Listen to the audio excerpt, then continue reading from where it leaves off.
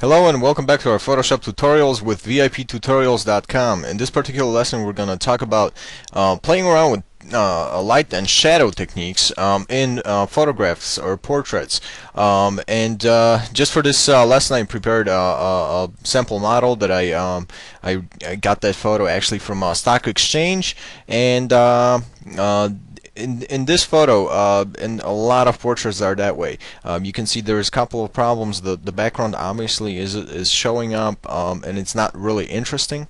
Sometimes with a lot of, let's say, hair on a person being photographed, it's really hard to extract the background and that person from the photograph. So in this tutorial we're gonna start working with curves and making different selections. Now the first thing I want to do is correct some of the facial features in here, and let's go ahead and press Control and a plus sign on your keyboard.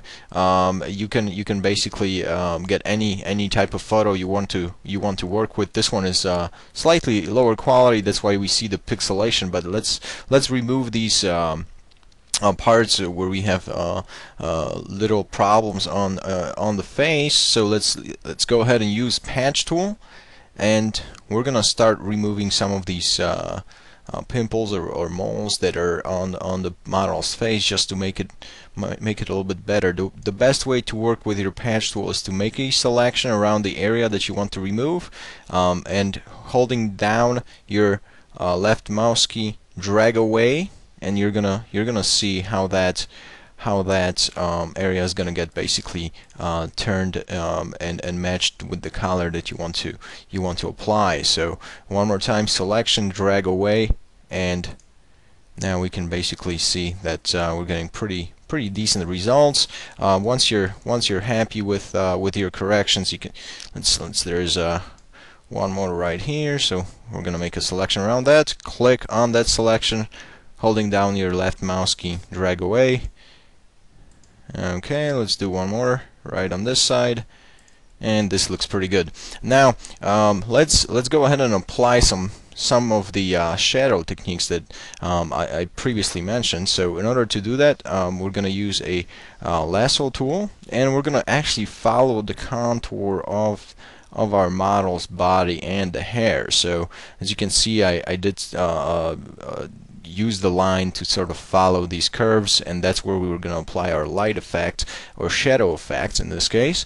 In order to make sure that the transition is fairly smooth, we want to make a modify that edge of that selection by going into Select, Modify, Feather, I'm using a fairly large value in here. It's 50 pixels, and it will allow me for a nice blend-in effect, so there's no sharp edge. Now let's go ahead and go into Image, Adjustments, and Curves. And here you have a histogram. The best way to understand curves is that everything, let's say if you look at right at the midline of your histogram, the spikes that we see in here, that means that there's colors in that particular spectrum. Okay, so obviously there's some dark areas that we want to actually make them even darker. So we want that background to actually become a lot darker, even going all the way to become black. And as you see, as I drag that cursor down, you can see that my background just basically disappeared. Now I'm going to click OK, and I'm going to apply the same selection, following again the contours of our model's body. Go into Select, Modify, Feather, 50 pixels, that's okay. Now let's go ahead and adjust the curves. The Control M is the shortcut for curves, and as you work with photographs, you're gonna become very familiarized with that particular adjustment in Photoshop. So I'm gonna do the same thing. I'm gonna eliminate everything that's on the left hand side, which is the darker colors. I'm gonna make them darker, and stuff that's on the right hand side I'm not particularly worried about, because that's the lighter areas. That's basically the areas where our model is. So let's go ahead and click OK. Now I'm going to go into our history, take a snapshot, and see how we did.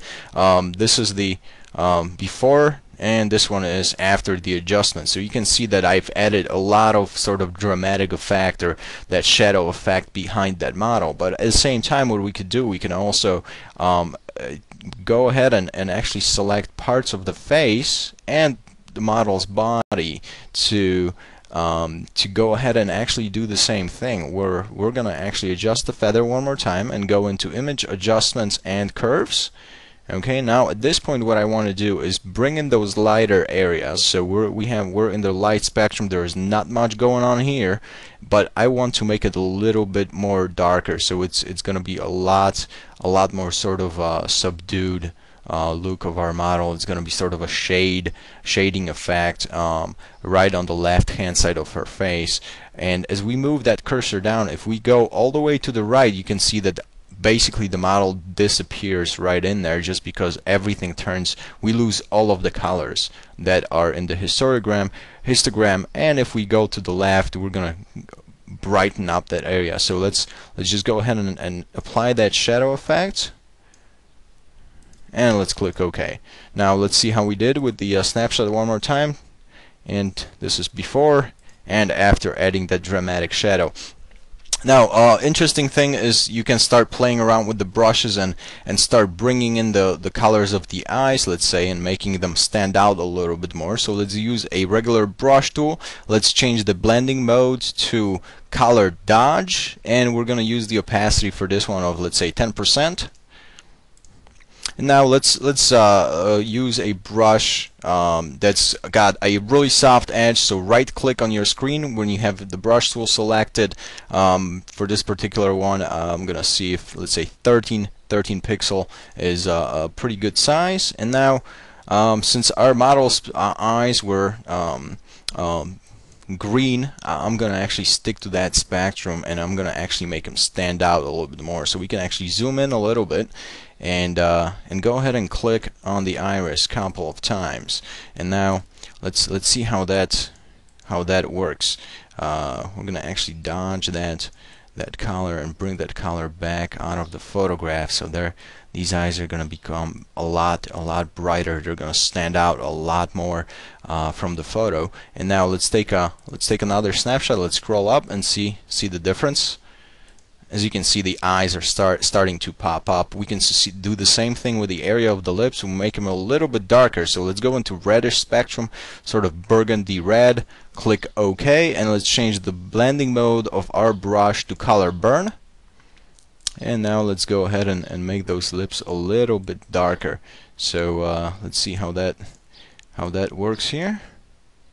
And obviously, if you want to be really particular, you can press Control+ on your keyboard, zoom in all the way down to the pixel level, and really work down with the details, and just follow the contours of those lips. And once you're pretty satisfied with that, let's zoom out and let's see how that turned out.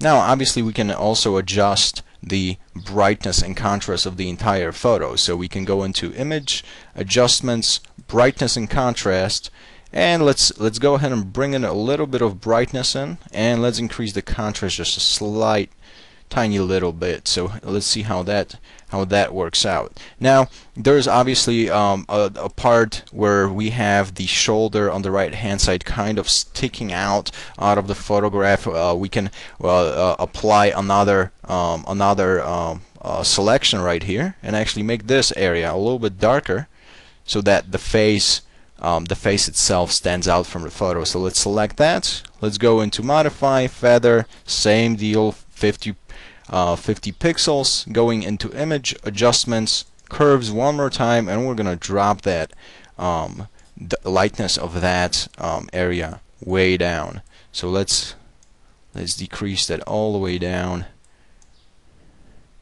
And once I'm happy with that, let's click OK. So obviously, with really simple techniques, you can really make the photos stand out and look as if there was a professional setup with professional lighting effect or in a studio. So let's see how we started with. We started in with a sort of overexposed slide photo that's not really interesting, and then we ended up with a photo that has a lot of sort of dramatic effect to it, where those eyes and the lips stand out, and that model basically lost the background behind it, and everything is brought into the perspective. Thank you for watching this tutorial. I hope you enjoyed it, and please stop by at viptutorials.com in order to watch more Photoshop videos.